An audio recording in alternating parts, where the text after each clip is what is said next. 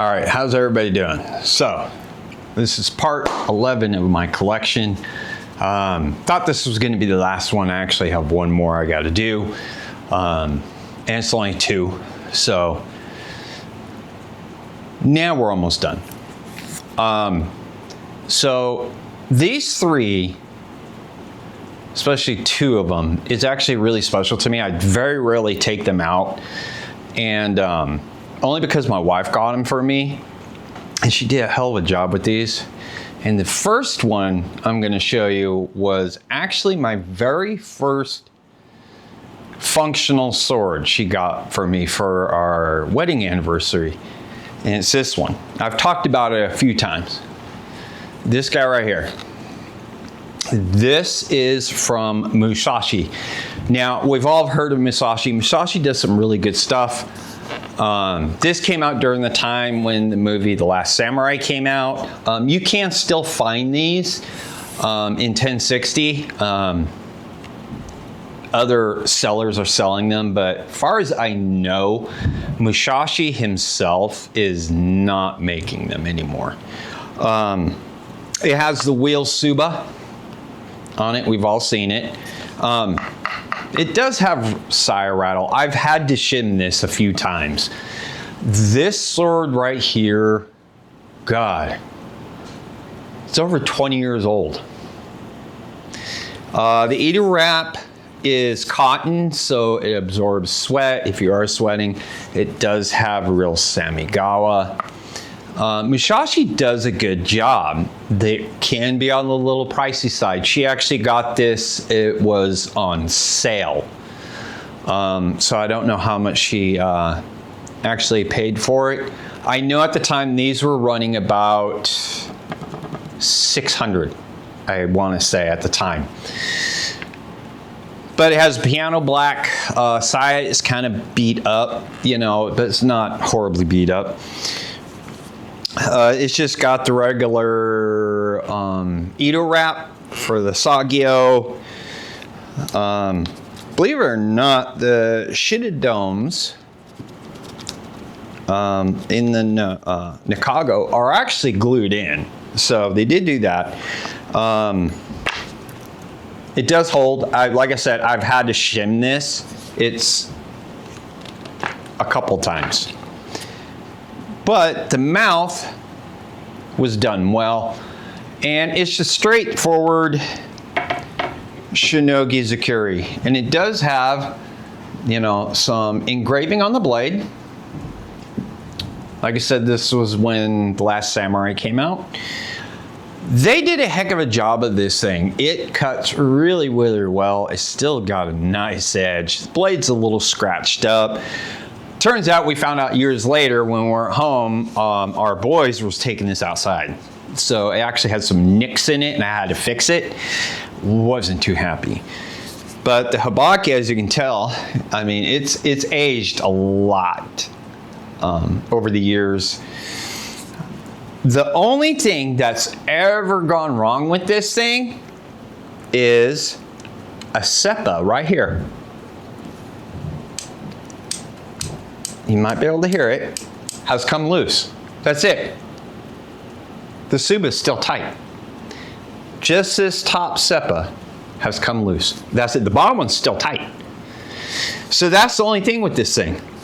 It's comfortable in the hands. It's not heavy. It has a little front heaviness like all katanas. But, I mean, what can I say? I mean, it's really a nice sword. The taper's not bad on it neither. It's got pretty much almost like the typical taper you would see. It's got a nice strong tip on it. Musashi makes a lot of competition cutters for the United States, and they hold up. They hold up very well. So if you're in the market and you're on the fence about Musashi, Musashi does some really good stuff. Not saying all their stuff is good, but they do some pretty damn good stuff. And you don't hear too much about Musashi anymore. Even though, like I said, they're the #1 provider for competition cutters in the United States. But yeah. And most of their swords are traditional style. They're not huge wide blades like you see with Hanwei and all that are overbuilt or cold steel. They really try to keep it traditional as much as possible. So yeah, Musashi. Very rarely do I take this out now and cut with it, only because, like I said, this thing is like 20 years old. So definitely don't want nothing happening to it. It's kind of, even though there are other distributors out there that sell some of these are kind of hard to come by and get, especially in 1060. A lot of them are 1045, so they're very limited on finding the 1060 ones. Next up is one that kicked off, besides influence from other YouTube creators like Joe Steele over at Mindset and Samurai Bird. This kind of kicked off my YouTube channel, is this one right here. This is from Swords of North Shore. I like the red on the saya because it's a dark red. I don't like the bright red.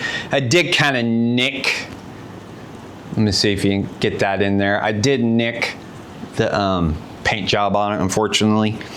So this is Swords from North Shore. This is one my wife had custom done for me. Everything on it is tight. Nothing moves on it. Holds really good. They make a good fit. Not even any rattle. But yeah, she had this custom done for me for a Christmas one year, like 4 years ago. Push of the thumb and it comes right out. This is also a 1060 blade. She went ahead and had the wire brushing put on. I don't mind about that. A lot of people, I hate it because it's a phony like Hamon line and all this crap. I don't care. It's fine. Let's not get too hung up on things like that. I think sometimes we do. But they did a really nice job on this thing. I have taken it out a few times and cut with it.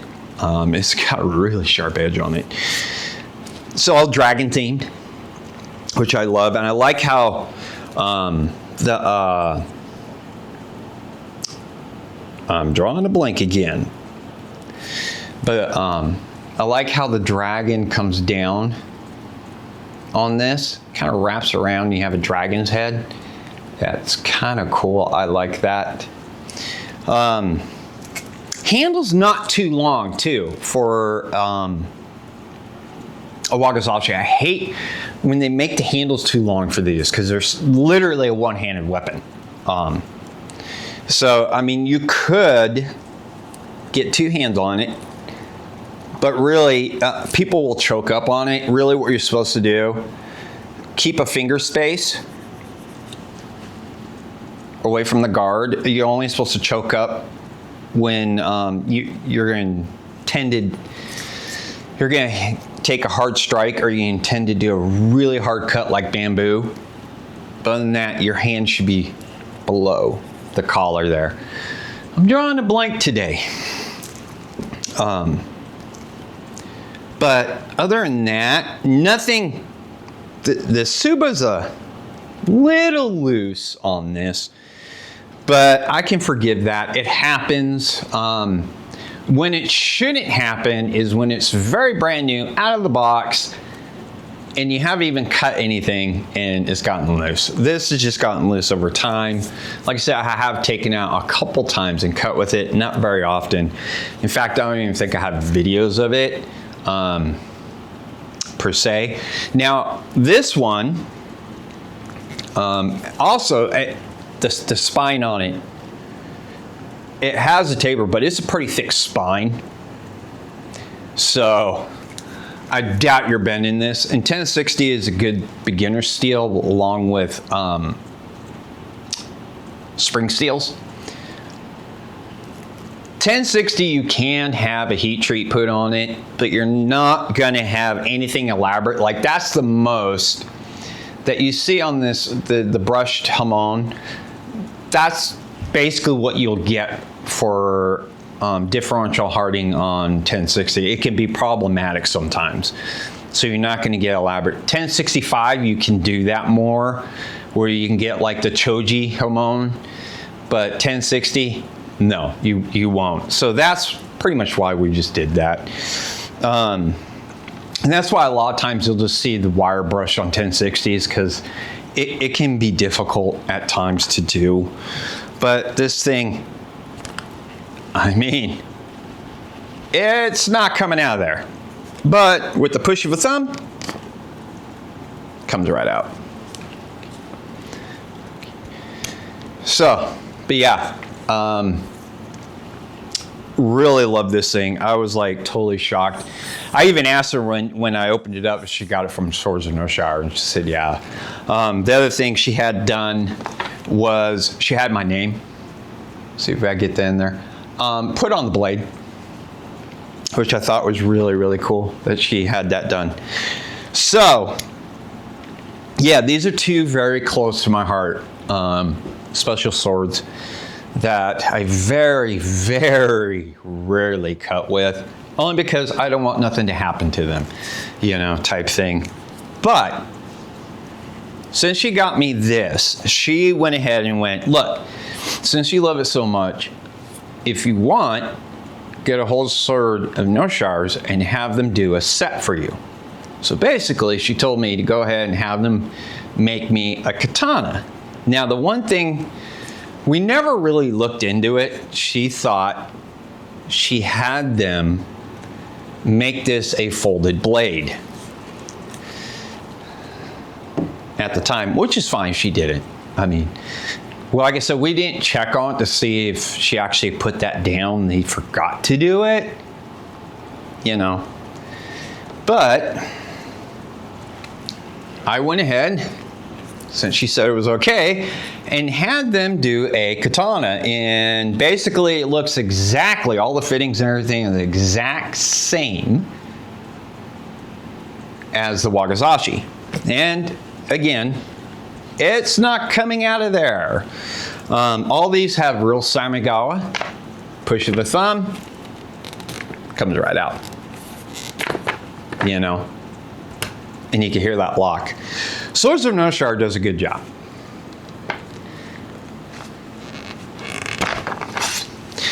Now, the only difference with this one is it is a folded blade, and it is super light.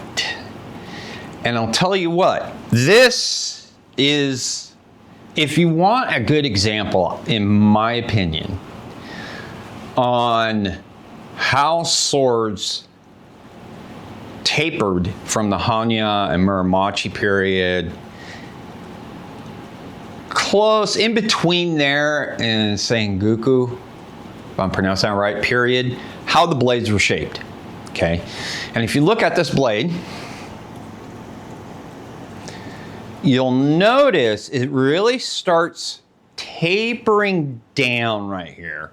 And that's because if you have a wide blade, it's harder to get up under armor with. So this is more, I would say, in the tradition, how the blades used to look. By the time the Sengoku, especially the Edo period, came around, they started making these ends a little wider. There is another period in time that they made the blades wide. And I think they found out it wasn't very effective against armored enemies, so they went back to this. Because during those Edo and prior, people were wearing less armor. It's not saying they weren't, it just wasn't as prevalent. So this one, the Tsuba is a little loose too. I think just the way these fittings are for the Tsubas, they're just not very secure. But they're real leather. Like I said, real leather. In this one, I also had them put my name on it so it matches. This right here is almost the same thickness as my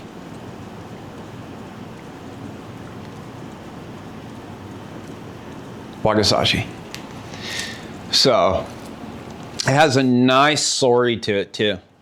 It really does. This thing handles nice. I've taken it out, I think, once and cut with it. Handles really good though.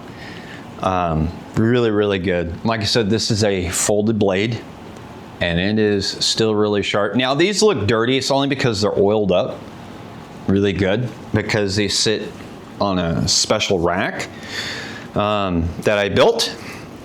I've done a video on it. Maybe I'll put a link somewhere around here. It's an older video. But yeah, the Swords of Northshire, like I said, they do a beautiful job on their swords. I wish I could do more business with them. They have gotten, even before the tariffs, they got a little pricey.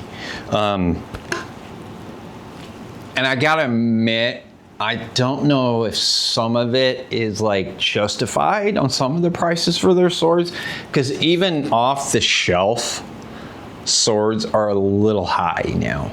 And like I said, this is pre-tariffs now. Okay, so yeah.